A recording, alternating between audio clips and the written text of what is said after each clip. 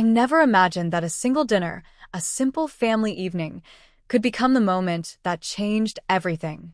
I walked in thinking it would be just another awkward gathering, the kind I'd learned to survive with a polite smile. But the atmosphere felt different that night, heavier, almost like the air itself was warning me to turn around. I should have listened, because within minutes, my brother delivered news so cold, so calculated, it knocked the breath out of me. And in that moment, while the rest of the table fell silent, I realized something unsettling. This wasn't a decision he made out of anger. It was something he had planned, something he wanted to see break me. But he didn't know me as well as he thought. I swallowed the shock, the fear, the sting of betrayal, and instead of falling apart, something else awakened inside me, something fierce, steady, and unshakable. What happened after that dinner didn't just change our family dynamic. It exposed a truth he never expected me to uncover. And the only question left is, how far would you go when someone pushes you past your breaking point? Before everything unraveled, my life was stable. Not extraordinary, not glamorous, but mine. I lived in a small 2-bedroom apartment on the edge of the city, a place that wasn't perfect, but felt safe. The kind of space where I could hear the distant hum of traffic at night, where the morning light came in soft and warm through the curtains, where I could breathe without feeling like the world expected something from me every second. I worked long hours at a mid-sized design firm, the kind where most people stayed in their cubicles and pretended not to notice each other, but I managed to carve out a rhythm. I liked the routine. Waking early, brewing my coffee, reviewing my sketches, heading to work with earbuds in, and my thoughts drifting quietly. My life wasn't exciting, but it was steady, predictable, peaceful in a way I didn't realize I'd come to depend on. My brother, Daniel, entered that peace like a storm whenever he felt like it. He wasn't cruel, not in the obvious ways, but he carried this presence that filled every room he walked into. The kind of confidence that came from always getting his way growing up. We were close once, or at least I thought we were.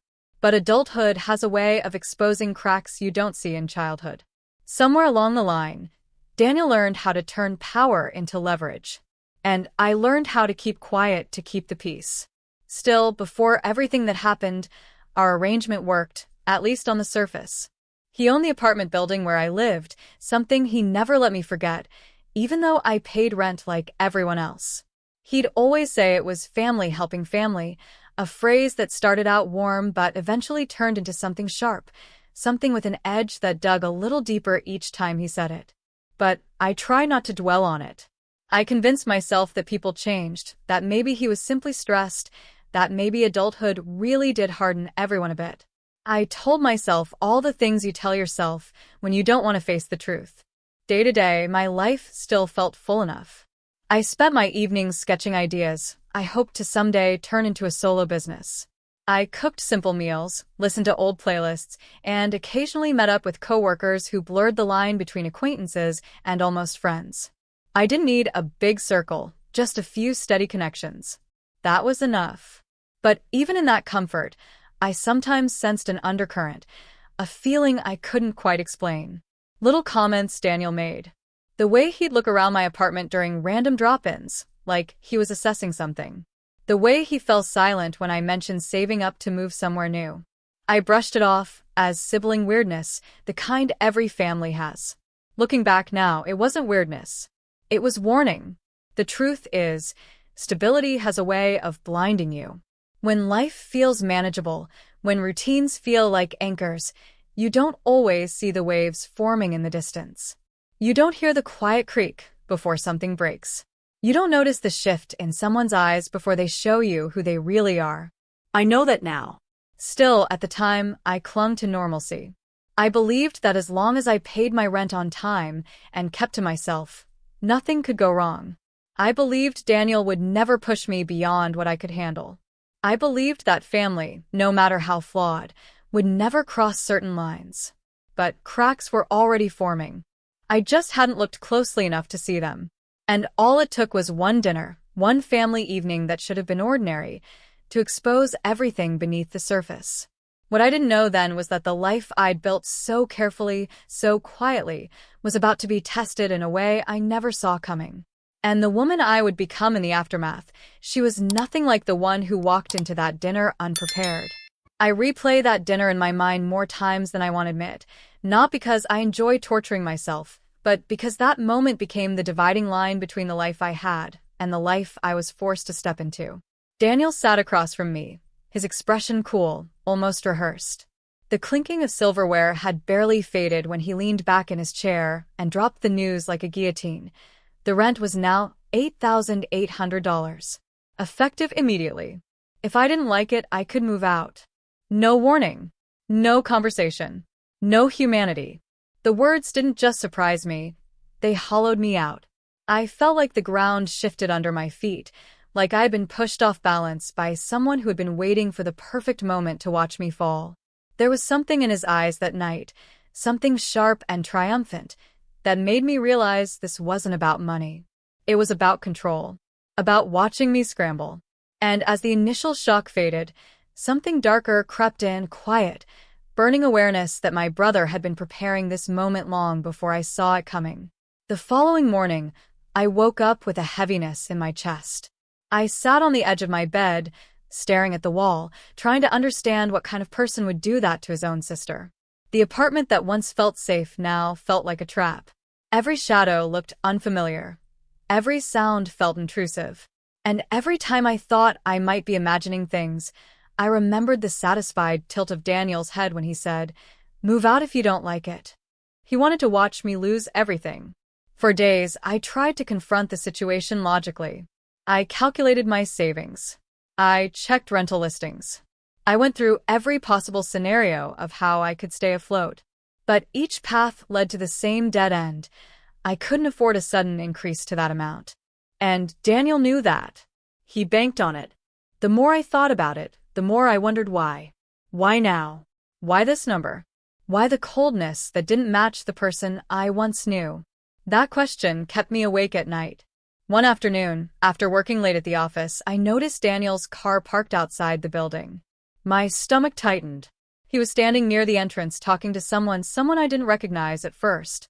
They were looking at the building, pointing at windows, discussing something with clipboard gestures that made the hairs on my neck rise. When they left, I waited a full minute before going inside. Something felt off. More than off, it felt orchestrated. I began noticing signs I hadn't noticed before. New locks on certain storage units. Fresh paint in the lobby. The neighbors whispering about inspections and appraisals. My instincts sharpened like a knife's edge. Something was happening behind the scenes. And I wasn't just collateral damage. I was a target. One evening, I overheard a conversation between two tenants in the stairwell. They mentioned rumors. Daniel planned to sell the building. That rent hikes were being used to push people out quickly. That he had already accepted an offer, one that required vacant units. My heart slammed in my chest. Suddenly, everything made sense. The rushed timeline. The ridiculous amount. The smug expression at dinner.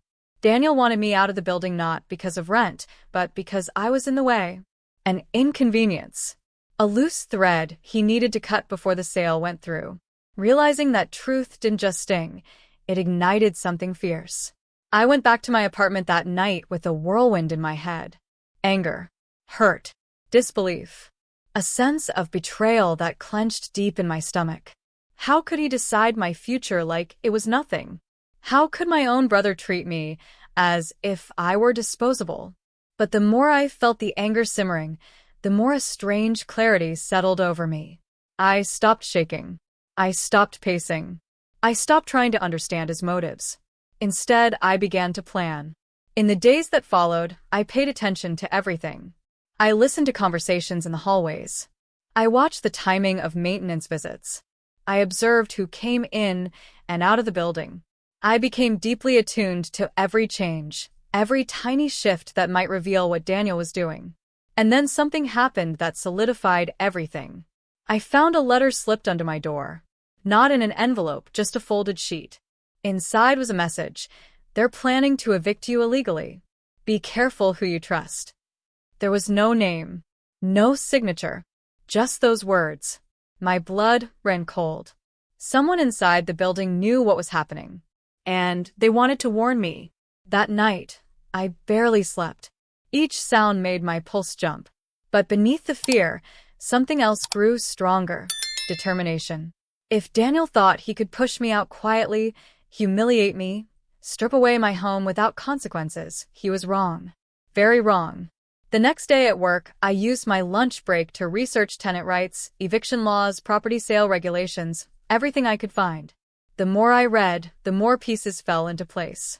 What Daniel was doing wasn't just cruel, it was illegal. But proving it would require more than suspicion. It would require evidence.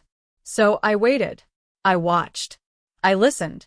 And little by little, the truth began to reveal itself. One late evening, when most tenants were asleep, I heard footsteps outside my door. Slow, heavy, unmistakably familiar. Daniel. He jiggled the handle once, twice. Then I heard him mutter something under his breath. The sound of keys. The shift of metal. He was trying to let himself in. I stood frozen in the darkness, my breath tight in my throat. Then the lock clicked, loud, sharp, deliberate. But he didn't open the door. He just tested it. And then he left. My mind raced. He was checking whether I'd installed my own security measures, or whether the door was prepared for forced entry. He was gauging how easily I could be removed. That moment changed everything. I realized Daniel wasn't going to wait for the situation to unfold naturally. He was going to accelerate it. And if I didn't act fast, I would lose more than my home. I would lose my safety, my stability, my dignity. But fear wasn't enough to paralyze me anymore. It sharpened me, strengthened me. I started gathering everything: documents, receipts, the letter I found, notes I'd made about the suspicious visits, photos of the clipboard man, timestamps of Daniel's late-night attempts at the door. Each piece felt like a puzzle forming the truth he thought I'd never discover. And then came the moment that solidified the path I was going to take. I overheard Daniel tell someone on the phone that my unit would be vacant by next week. Next week. He wasn't even pretending anymore. Something rose in me then, not panic, not despair, but a kind of steel. A steadiness I didn't know I had. If Daniel wanted a battle, he picked the wrong sister. What he didn't know was that while he was plotting to erase me, I was building the kind of plan that would expose everything he had done. Everything he had tried to hide. Everything he thought I was too weak to uncover. And the steps I took next would change everything. Because revenge isn't born from anger. It's born from clarity.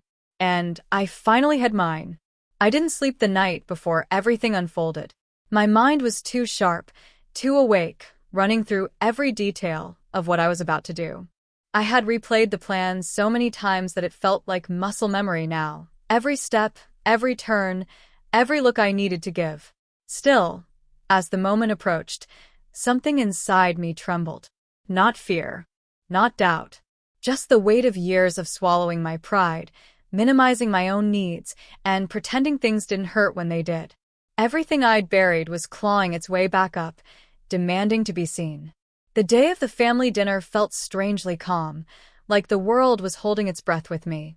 I walked into my brother's house carrying nothing but a bag of documents and the kind of resolve that changes a person forever. I could feel eyes on me the moment I stepped inside, curious, judgmental, assuming they already understood the story. They didn't. Not yet. Every chair scraped, every plate clinked, every harmless laugh hit me like static. Everyone was pretending to be comfortable, but beneath it I could sense the cracks.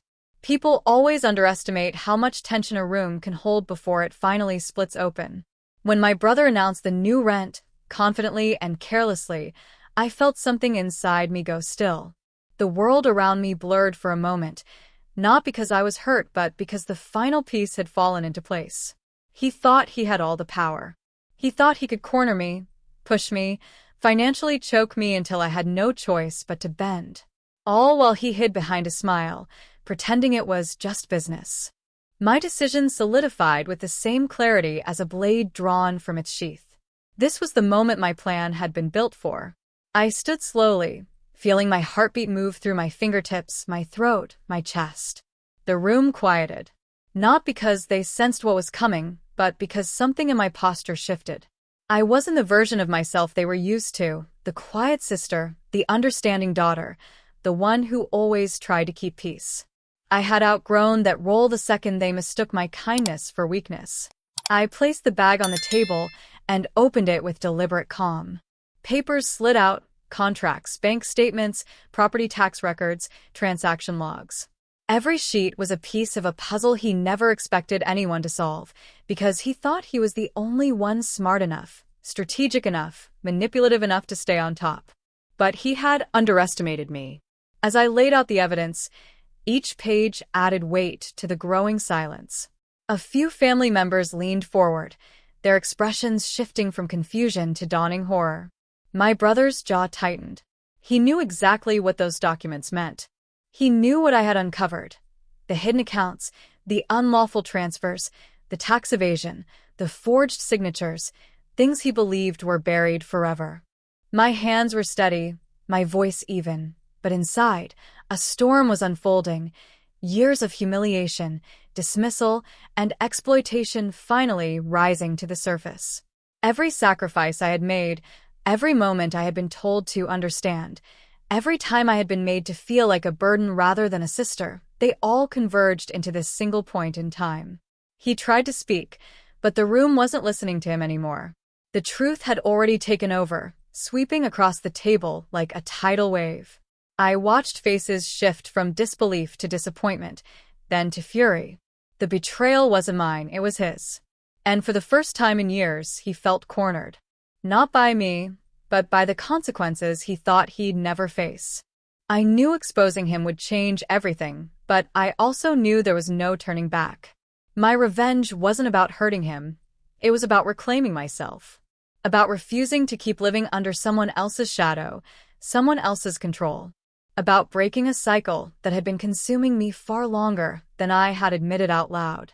When I stepped back, the room erupted, not in screams, not in chaos, but in cold, heavy judgment. The kind that sinks into a person's skin and doesn't wash off. I watched him shrink beneath it, the same way I had shrunk for years under his manipulations. Only this time, the power had shifted. And in that moment, with every eye in the room fixed on him, I realized something I hadn't expected. Revenge didn't feel like fire or adrenaline. It felt like oxygen, like breathing fully for the first time in years. But even then, the night wasn't over. There was one more step, one final turn in the story that none of them saw coming. Because exposing him in front of the family was only part of the truth. The rest was about to hit much harder. When I walked out of that house, the night air didn't feel cold. It felt clean, like something dense and suffocating had finally lifted from my chest. But the quiet wasn't comforting. It carried the weight of everything I had unleashed. Revenge doesn't erupt like a storm and end with silence. It keeps echoing, even after the dust settles. What happened after that dinner set off a chain reaction none of them could ignore. The documents I brought weren't simply meant to expose him in front of our family. They were already in the hands of people who had the authority to act. Investigators, auditors, people who wouldn't look away the way we had been conditioned to. For the first time in his life, my brother couldn't hide behind charm or excuses. He couldn't manipulate the narrative. Truth had taken its place at the center of everything, and it demanded consequences. But even as the investigation grew, even as the family slowly realized who he truly was, I found myself facing something unexpected, a kind of stillness inside me that I didn't recognize. For years, I'd lived reacting to what he did. Every decision, every compromise, every sacrifice I'd made had been shaped around avoiding conflict with him. And now he had no place left in my life. The void he left wasn't empty, though. It was open space. Space to rebuild. Space to choose myself. In the weeks that followed, I moved out, not because he told me to, but because I finally wanted to. I found a place that wasn't tied to debts, favors, or guilt. A place that felt like mine the moment I stepped through the door. I remember standing in the middle of that new living room, surrounded by boxes and sunlight, realizing I wasn't waiting for the next attack, the next manipulation, the next disappointment. My life was no longer a reaction.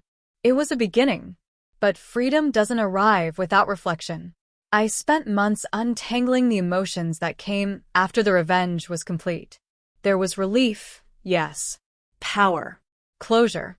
But there was also grief. Grief for the sister I tried to be, for the family bond one hoped might heal someday, for the years lost to silence and tolerance.